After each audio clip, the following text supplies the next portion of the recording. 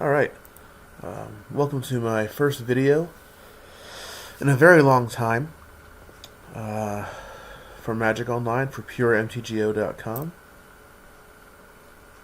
This week I am going to be attempting to do a video deck tech and maybe also do a few games depending on time. First, I want to start with the deck. I'm going to do the deck I was talking about the past few weeks. Has been Mono White Monument. We just saw some pretty sweet success in a Mono White Vampires list in Standard.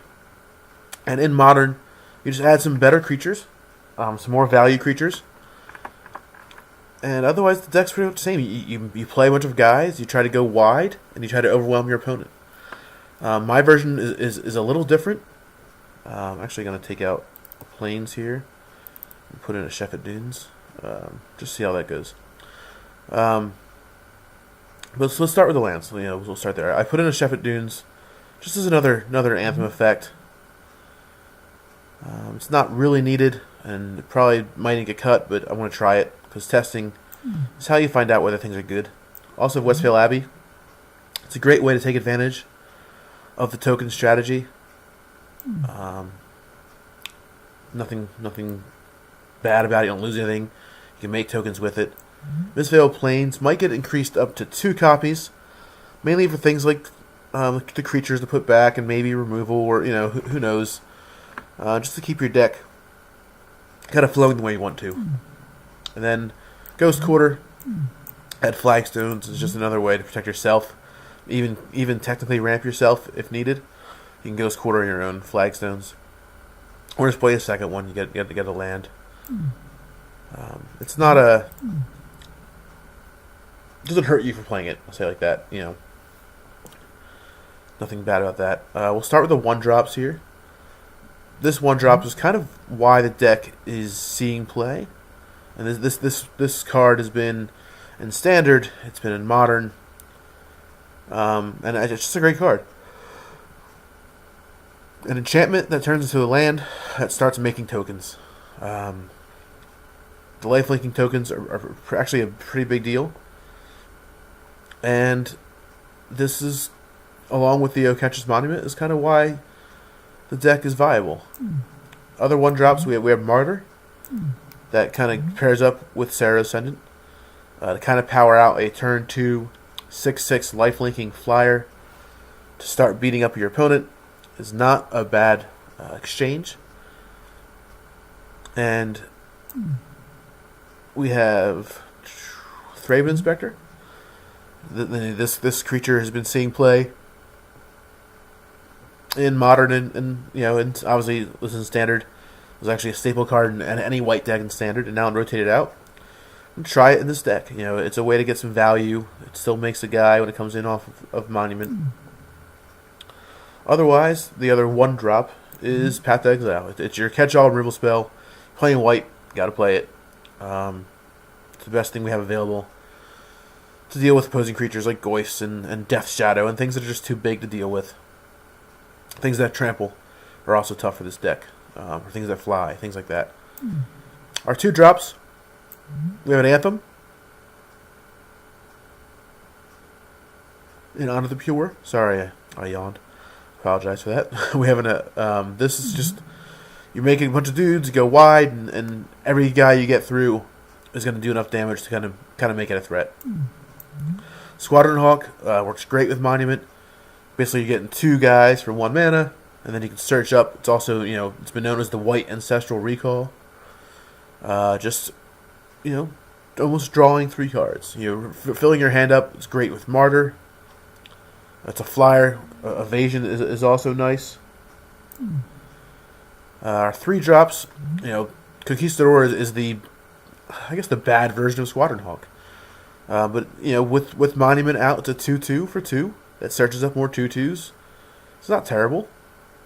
With an Anthem effect, it's a 3/3. It's just there to make sure you're going to be drawing creatures, to cast creatures, to get more creatures. That's kind of what it's there for.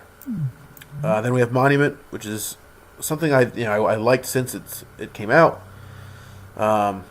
Making the Warriors Vigilance, making your creatures cost less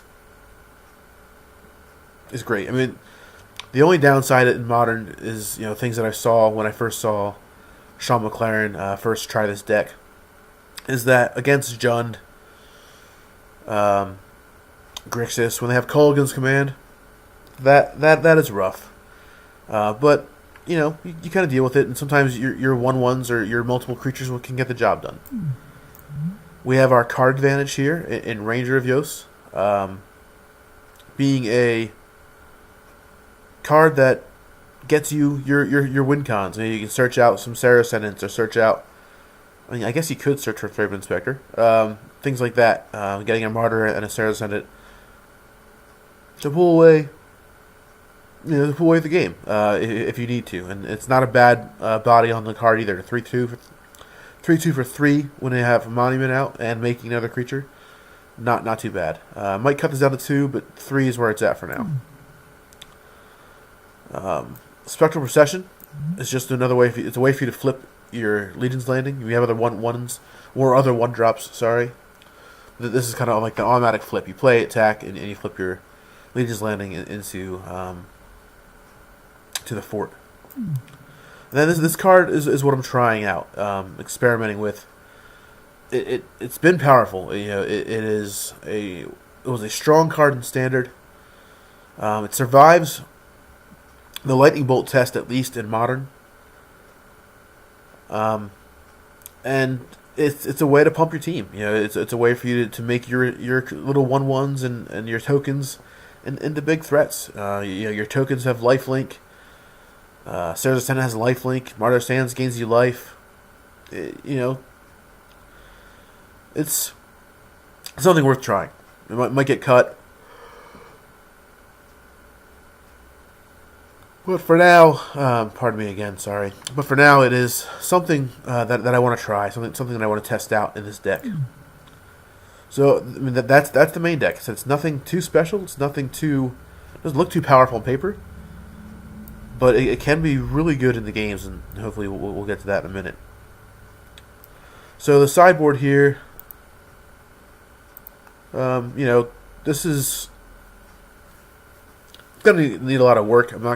I've been out of the game for a while. I'm not going to pretend like I know every matchup and everything, but that's what testing will do for me. But for now, I have some basics, for Burn, for Anger of the Gods, and Pyroclasm. Things that are really rough up this deck. And also, it can be searched out with the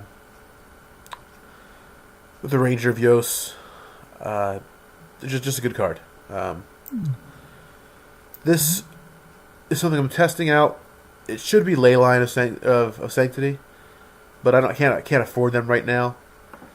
And he is a creature, and something we'll try. So it's something amazing or broken, but maybe it'll do enough against those decks that it might be worth a slot. This is for Death Shadow, for Boggles.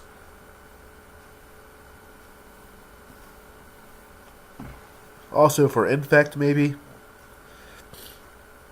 And Burn. This card actually has a lot of utility, and this card I actually really enjoy playing. The One of Disenchant helps with Affinity, helps with Lantern, helps with, the Detention Sphere effects. It's just a catch-all. One of my favorite artworks as well. Stony Silence is great for Affinity. It's a way to shut them down. I might be trying out Kataki instead of this, because obviously Kataki is a creature. But for now, I'm going to use some Stony Silence. This is what we have against Tron. Against cards like that. Its creature flashes in. Stops him from searching up. It's nothing amazing, but it's a great card. This is for Storm. Storm's been pretty popular. I might cut this down to the Athersworn Canonist, but I like Eidolon of Rhetoric because it does survive Lightning Bolt, which Storm decks will be packing. So it's going to take 2 spells for them to kill it, and obviously they can't do that. So this is what I'm trying for now. Oblivion Ring, another catch-all. Helps troublesome permanents, enchantments, artifacts, planeswalkers, things like that. Mirran Crusader. Death Shadow's popular, especially if it's Grixis Death Shadow. Sometimes there's Abzan. He's just effective. He's also great against Sultai decks,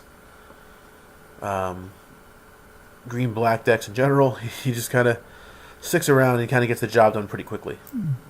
This is our Wrath of choice. Our guys stay alive, their guys die, and if by chance we lose some guys, maybe like a Sarah's Ascendant, we get them back with the second half of Dawn here. So the sideboard could use some help. So it might be putting Wrath of God in. I might be trying Ephesorn Canonist. Might be trying Kataki's War Wage. Maybe an extra Burnt Forge Tender. Maybe Leyline of Sanctity. Maybe Rest in Peace. It's things like that. It's things to try out, things to test. But the deck seems like it can be a lot of fun, and the minor experience I have with it has been fun. So let's try some testing. I'm going to be testing in the tournament practice room for now until I start earning some tickets and play points back. So I'll try to make it worth your while and see what happens.